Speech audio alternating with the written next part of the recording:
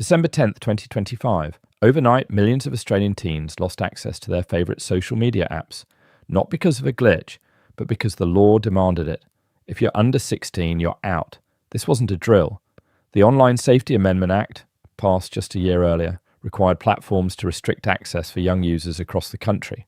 Suddenly, entire feeds went dark for a generation. But the blackout triggered immediate resistance. In November 2025, two 15-year-olds, Noah Jones and Macy Nayland, filed a legal challenge in Australia's High Court. This isn't just politicians arguing, it's real teens, suddenly cut off, now suing their own government. Australia stands alone as the first Western country to enforce a nationwide social media ban for under 16s. The impact is significant. Platforms face a clear choice: restrict access for millions of young users or break the law. The battle over teen digital rights isn't hypothetical. It's happening in real time and the stakes are high. The contradiction was front and centre.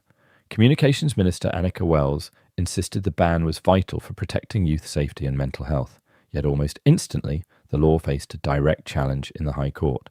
Two 15-year-olds, Noah Jones and Macy Nayland, became the faces of the fight, supported by MP John Ruddock. This isn't just about losing access to apps, it's about who decides what the next generation can see, share, and say online. The uncertainty deepened as the world watched. In the United States, Senators Katie Britt and Brian Schatz introduced a bipartisan proposal to ban social media for children under 16. In the UK, Technology Secretary Peter Kyle warned that a similar ban was on the table if companies failed to protect children. Suddenly, Australia's overnight blackout looked less like an outlier and more like a test case for a new global norm. What actually hit home on December 10th, 2025, the ban wasn't just talk, it became reality. Overnight, millions of Australian teens found themselves locked out of the digital spaces they'd built their lives around. No warning, no last scroll, just sudden silence where their social worlds used to be. Lawmakers had drawn a hard line. Platforms must restrict access for everyone under 16. For families, it triggered disruption, routines upended, questions with no answers. For teens, it was a jarring blackout. Favourite apps vanished, friendships stranded, and no roadmap for what came next. The rules were sweeping and the impact was immediate, but enforcing the ban revealed deeper challenges. Platforms moved to comply, but the sheer scale left gaps. How do you enforce a digital wall that millions might try to slip through? What happens to teens who depended on these platforms for support, expression, or simply belonging? The law's broad reach left confusion and frustration simmering, and with a High Court challenge filed just weeks later, Australia was thrust into a tense legal battle over who gets to decide the boundaries of youth online freedom. The consequences extended far beyond Australia.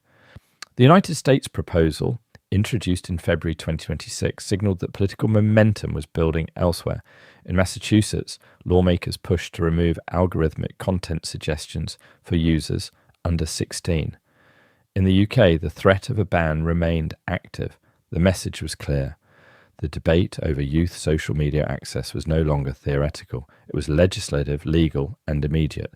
The Australian case exposed a single dominant mechanism: the use of sweeping legal bans to redraw the boundaries of digital citizenship.